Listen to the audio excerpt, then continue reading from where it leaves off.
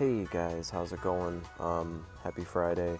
Another Pokemon video for you guys today. I guess I'm just adding Pokemon to the ever-growing list of games that I'm putting here on this channel. So anyway, I'm gonna get right into it. I'm not really gonna, waste any time at all. This is just gonna be a Pokemon Home video, Pokemon Scarlet and Violet organization video, breeding and releasing in Pokemon Home using Scarlet and Violet now that the update's here. You've been able to do this for a while with other Pokemon games. As you see in the clip here, I did it. I'm doing just that. I am using, in the breeding segment, I am using foreign Ditto, but that doesn't really matter. That's Masuda method. We're not really going to talk about that. We're not going to really touch on competitive breeding anyway. We're just going to talk about breeding and releasing Pokemon. That's all that really matters, right? That's what we're here for. So you're just going to start by, well, this is what I'm doing. I like to be organized. I take my Pokemon, I draw a highlight box, I move them away, get them in a box. I have a breeding box set aside with my foreign Ditto and whatever Pokemon I decided to breed that day or that week or whatever. This time I picked Froakie just for the example. I think the egg you see that I'm going to hatch is probably a Sprigatito, but that's just because I had extra eggs left over. This is the area I think I'm showing in this clip right here. This is the area where I usually breed Mesozoic South because it's safe. I just usually pick this area because of the Pokemon are low level. And it's easy to just run around here in the town nearby to hatch eggs. Anyway, you're just gonna come over here. You're gonna make your sandwich. Sure you guys know all about that. There's two different ones. One has egg power 2, one has egg power 1. I'm sticking with the one that does egg power 1 right now because I know I'm talking about efficiency, but I mean, this is the most efficient way. Obviously, you see I'm throwing the bread aside. That doesn't really matter. You don't really need the top bread. I think everyone has said that in multiple videos. But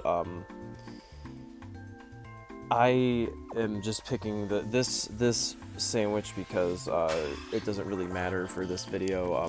You pick the other one with the egg power 2, and it pretty much it just maybe saves you a few seconds on time, if that. I know that's a little more efficient, but it's not really going to save you that much time when it comes to hatching tons of eggs. You know, you might get maybe 30 more eggs over a span of an hour using egg power 2, maybe 50 more eggs. But it's really not going to matter if you're hatching like 500 eggs, you know.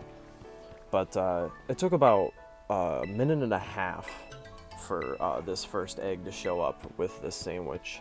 So I mean, that's kind of that's not too bad. I only got 5 eggs in total from this Froakie batch because I already had like a whole box of eggs to hatch, and it took under 5 minutes. It took about 3 to 4 minutes to collect 5 eggs with the egg power 1 sandwich.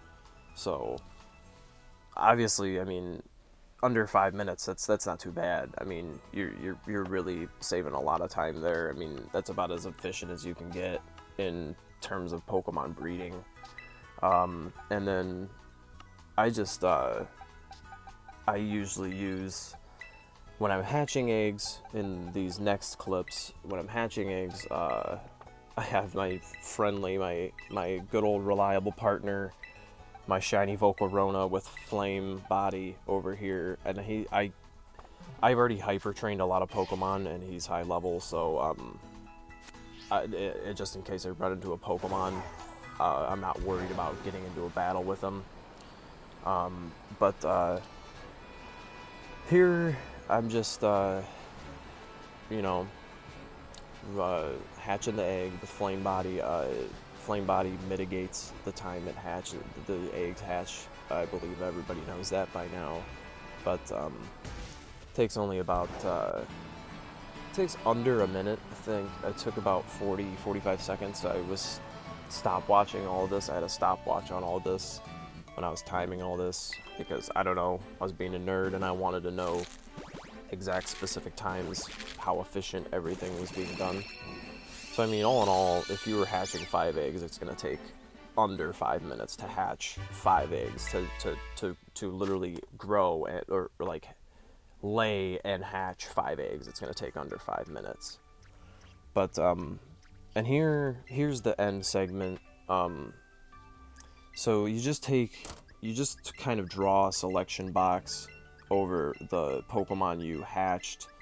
This was in the breeding box originally. This is where all the eggs ended up in Scarlet and Violet that I was playing. And then you just draw this selection box. There's literally an option where you can just hit release on those Pokemon, and it, like, a selection box will just come up and you can just, it'll say release Pokemon and you're just like, oh, okay. And it says you can release multiple and you're like, oh, cool. And I think you can only release up to like 30 at a time, but I mean, still, you can release 30 at a time, and then it lets you like release like up to 100, and then like you just have to save and then come back, and then you can release 100 more. So I mean, it still saves a lot of time. But anyway, these last clips you're seeing were just my shiny collection, just showing all my shinies. But anyway, that's about it, guys. Thanks a lot for watching these videos. I've been going through a lot of stuff lately, and it means a lot to me. And it really means a lot to me that you watch these. That's about it. See ya.